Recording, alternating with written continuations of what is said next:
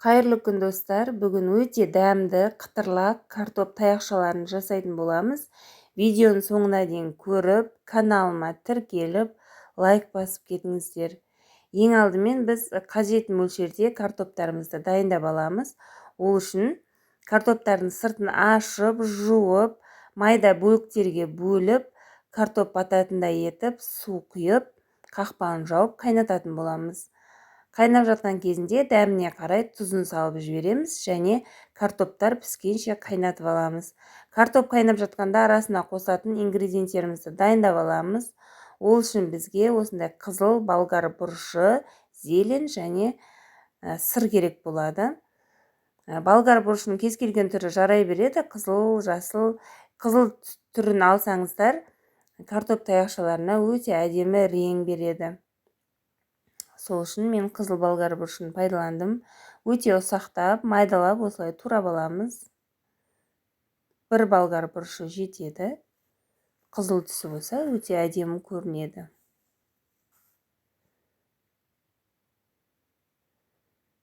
Барынша майдағы осылай кубиктеп, майдалап турап аламыз. Және зеленімізді тураймыз. Кез келген зелен жарай береді. Укроп болсын, петрушка болсын, кинза болсын. Қай түрін пайдаланғыңыз келеді, сол зеленді қоса берсеңіз болады. Мен кинза қосып жатырмын. Оны да ұсақтап, майдалап, әдемілеп турап аламыз. Және сырды үккіштен өткізіп дайындайтын боламыз. Сырдың сапалысын, дәмдісін таңдасаңыздар, картоп таяқшалары өте дәмді шығады. Сыр таңдаған кезде мұқият болыңыздар. Барлығын осылай үккіштен өткізіп аламыз.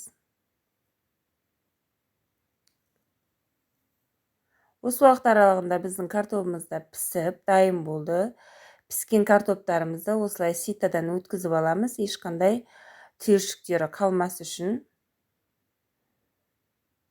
Барлығын жақсылап осылай езіп аламыз.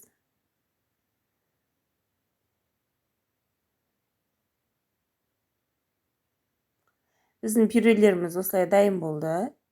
Дайын болған пюрелеріміздің үстіне турап дайындап қойған қоспаларымызды рет-ретімен қосамыз.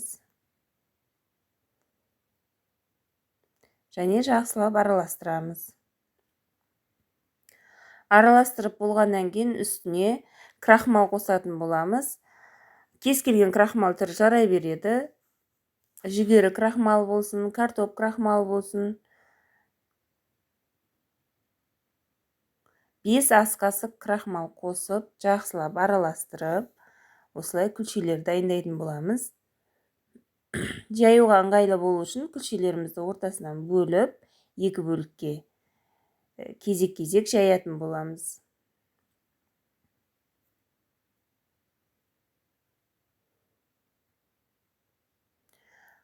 Крахмал сеуе отырып жаямыз.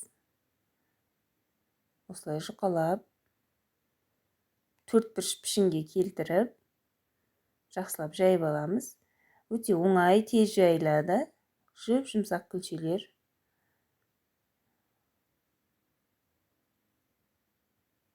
Осылай төрт пішінге келтіріп алып, барлығын осылай соломка етіп кесіп шығамыз.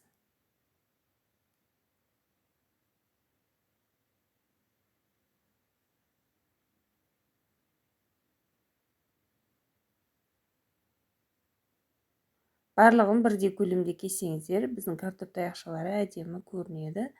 Осылай ыдысымызға салып аламыз.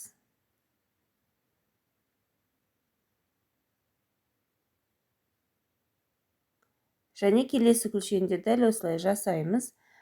Майымызды қыздырып, табада баяу отта дайындап қойған картоп таяқшаларын 2-3 минутта қуырып аламыз. Екі жағына аудара отырып. Міне осылай картоп таяқшалары өте оңай, тез жасалынады, дайын болды. Дәл осылай жасап көріңіздер, өте дәмді шығады. Видео ұнап жатса, каналыма тіркеліп кетіңіздер.